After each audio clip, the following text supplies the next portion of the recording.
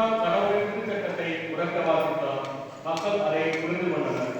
இறைவாக்கினர் நெகேமியா நூலிலிருந்து வாசகம்.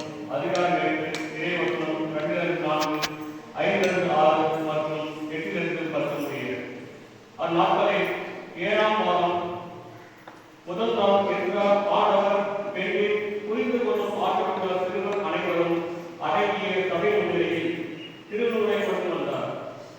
தண்ணீர் வாய்களுக்கு முன் இருந்த வளாகத்தில் காலை முதல் நண்பகல் வரை ஆடவரையும் பெண்ணிலையும் புரிந்து கொள்ளும் ஆற்றலுள்ள சிறுவரையும் பார்த்து அதை உரைக்க வாசித்தார். எல்லா மக்களும் திருநூலுக்கு செவி கொடுத்தனர்.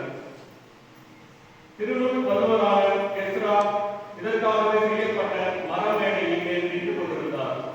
எஸ்ரா மக்களை விட உயரமான இடத்தில் நின்றதால் அவர் திருநூலை திறந்த போது எல்லா மக்களும் அதை பார்த்தனர்.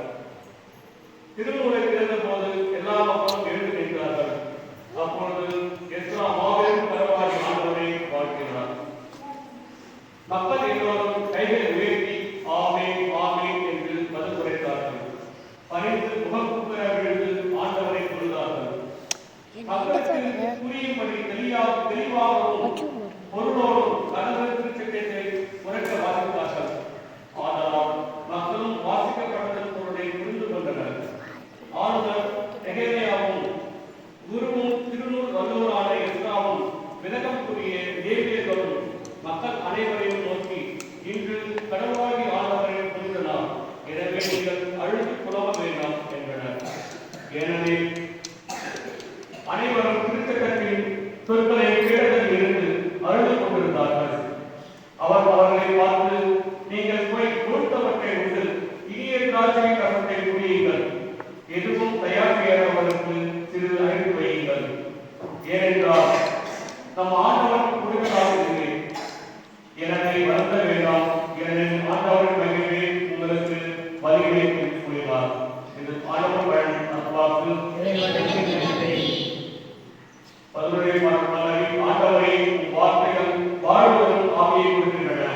ஆண்டவரே உம் வார்த்தைகள் வாழ்வதும் ஆவியை கொடுக்கின்றன. ஆண்டவரின் திருச்சித்தம் நிறைவானது, அது புத்துயிர் அளிக்கின்றது. ஆண்டவரின் ஒழுங்குமுறை நம்பத்தக்கது, எளியவருக்கு அது நாம் அளிக்கிறது. பல்லவி. ஆண்டவரே வார்த்தைகள் வாழ்வதும் ஆவியை கொடுக்கின்றது. ஆண்டவரின் நியமங்கள் சரியானவை, அவை தீர்த்து மகிழ்கின்றன. ஆண்டவரின் கட்டளைகளை ஒருமையமானவை, அவை கண்களை ஒளிர்விக்கின்றன. பல்லவி.